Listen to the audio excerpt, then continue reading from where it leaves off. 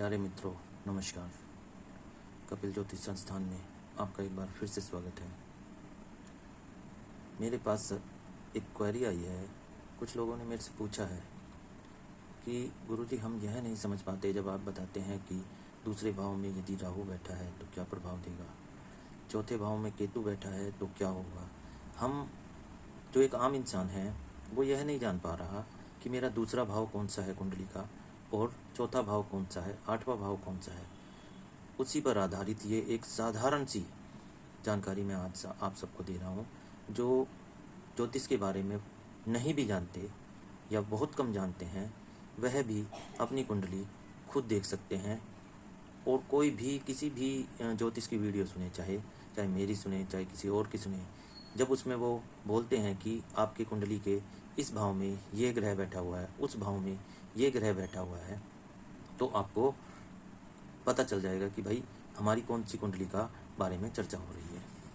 आइए अब मैं आपको इसके बारे में बताता हूँ। आपको स्क्रीन पर वीडियो दिखाई दे रही होगी जिसमें एक चित्र बना हुआ है जिसे लग्न कुंडली कहते हैं। हर इंसान की सबसे पहले यही कुंडली बनकर तैयार होती है और इसी लग्न कुंडली के बारे में सब ज्योतिष चर्चा करते हैं। अब देखिए, इसमें 8 नंबर, 9 नंबर, 10 नंबर, 11 नंबर ऐसे करके नंबर लिखे हुए हैं। 8 नंबर पे बृहस्पति बैठा हुआ है, 9 नंबर पे राहु बैठा हुआ है, 10 नंबर पे मंगल बैठा हुआ है, 11 नंबर पे चंद्रमा बैठा हुआ है। इस प्रकार से यह आपकी एक प्रकार की लग्न कुंडली है। तो जब भी कोई ज्योतिष या कोई वीडियो आपको आता है कि आपके 7वें घर में यदि शुक्र बैठा हुआ है तो उसके क्या फल होंगे और उसका फल कैसा रहेगा, क्या अच्छे बुरे परिणाम होंगे, तो इंसान अपना संख्या के अनुसार चेक करने लगता है। तो आपको ऐसे नहीं करना है। एक साधारण से साधारण इंसान भी जिसको इस बारे में नहीं पता है, आज की वीडियो देखकर समझ जाएगा और आगे से अपने कुंडली को खुद समझने की कोशिश करेगा कि उसका कौन सा भाव, कौन से घर में कौन सा ग्रह बैठा हुआ है। आइए, इसके लिए हमें सबसे पहले क्या करना होगा कि हमें एक चार्ट बना लेना है, प्लेन, बिल्कुल प्लेन। अभी हमारे पास कोई नंबर नहीं है, हमने बिल्कुल प्लेन एक लग्न कुंडली का चार्ट बना लिया। हमने बिल्कुल प्लेन एक लग्न कुंडली का चार्ट बना लिया। अब हम इसमें 12 अक्षर अंकित कर देते हैं, 12 नंबर। देखिए, 1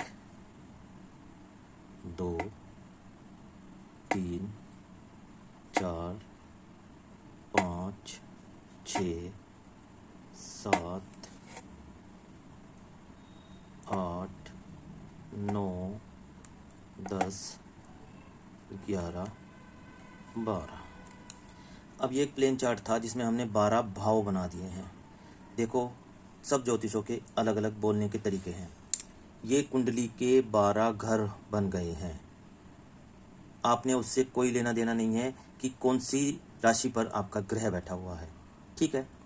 कुछ ज्योतिष इसको 12 खाने बोलते हैं, कुछ ज्योतिष इसको 12 भाव बोलते हैं और कुछ ज्योतिष इसको 12 घर बोलते हैं।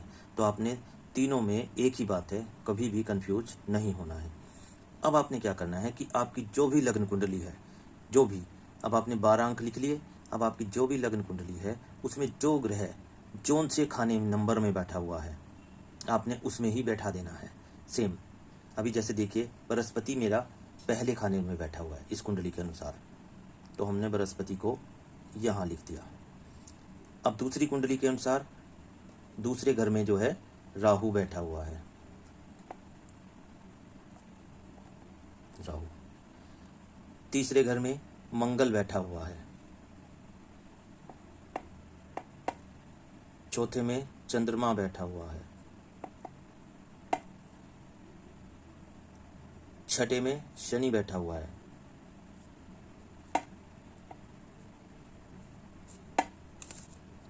सातवें में शुक्र बैठा हुआ है,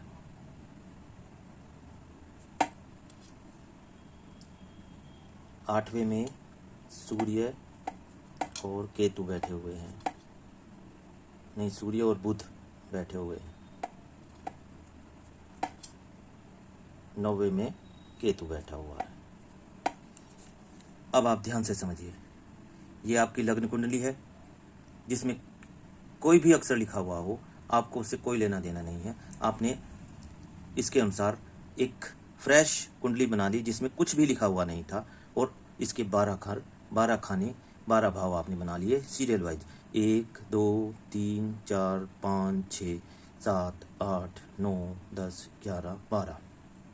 अब आपने सिर्फ यही देखना है कि मेरे पहला घर, इसको 8 को भूल जाओ, 9 को भूल जाओ, 10 को भूल जाओ, जो भी अंक इसमें लिखे हुए हैं लगन कुंडली में सबको भूल जाओ। आपने ये देखना है कि यहाँ से नंबर 1 शुरू होता है। पहले में बृहस्पति बैठा हुआ है, तो हमने पहले में बृहस्पति को बैठाया। नंबर 2 पर राहु बैठा हुआ है, तो नंबर 2 में हमने राहु को बैठाया। नंबर 3 पर मंगल बैठा हुआ है, तो हमने नंबर 3 पर मंगल बैठाया। नंबर 4 पर चंद्रमा बैठा हुआ है, तो हमने नंबर 4 पर चंद्रमा बैठाया। नंबर 5 पर कुछ नहीं है। नंबर 6 पर शनि बैठा हुआ है, तो हमने नंबर 6 पर शनि बैठा दिया।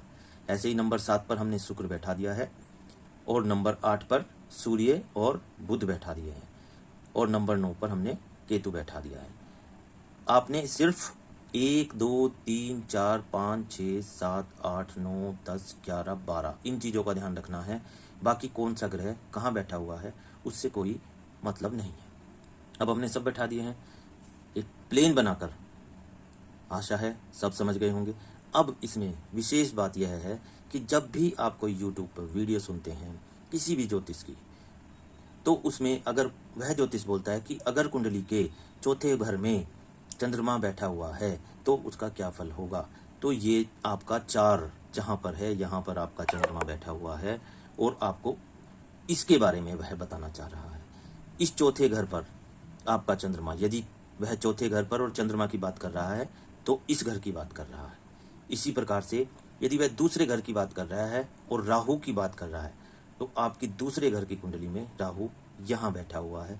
वह राहु के बारे में बताना चाह रहा है कि आपके दूसरे घर में, आपके दूसरे खाने में या दूसरे भाव में यदि राहु बैठा है तो वह क्या फल देगा, उसके क्या परिणाम होंगे, क्या उपाय होंगे। तो आप दूसरे घर से अपने राहु का सब कुछ आप सुन सकते हैं। ये किसी भी ज्योतिष की, किसी भी यूट्यूब की, कोई भी चैनल से आप सुन सकते हैं। प्यारे मित्रों, ये एक साधारण सी जानकारी थी जो मुझे कुछ लोगों ने मेरे से सुझाव मांगा, क्वेरी करी, क्योंकि उनको ये कन्फ्यूजन था। वो इस चीज़ पर नहीं समझ पा रहे थे कि हम खुद कैसे अपनी कुंडली को देख सकते हैं। वो 8वें नंबर 9वें नंबर में उलझ जाते थे। तो आपने कहीं नहीं उलझना है, 12 खाने बना लेने हैं प्लेन, और जो भाव जहाँ बैठा हुआ है ग्रह उसको वहाँ पर बैठा देना है। प्यारे मित्रों, यदि आपको अच्छा लगा हो तो चैनल को सब्सक्राइब करें, लाइक करें। और हाँ, मैं अभी अपने अगले एपिसोड में कुंडली के सबसे ताकतवर दूसरे नंबर के ग्रह शनि के ऊपर वीडियो बनाऊंगा। वह आप मिस मत करना, क्योंकि शनि एक ऐसा ग्रह है यदि वह देने पे आ जाए तो आदमी को मालो माल कर देता है। कुंडली के दूसरे नंबर के सबसे ताकतवर ग्रह शनि का अच्छा, बुरा, शुभ, अशुभ, और उसके अशुभ यदि है तो उसके क्या उपाय हैं और कौन से घर में बैठकर वह क्या फल देगा, मैं यह वीडियो बनाऊंगा। आप उसका इंतज़ार करना। धन्यवाद, नमस्कार। अगर वीडियो अच्छी लगी हो तो लाइक ज़रूर करो, सब्सक्राइब ज़रूर करो। धन्यवाद, ताकि मैं आपके लिए अच्छी से अच्छी वीडियो ला सकूं।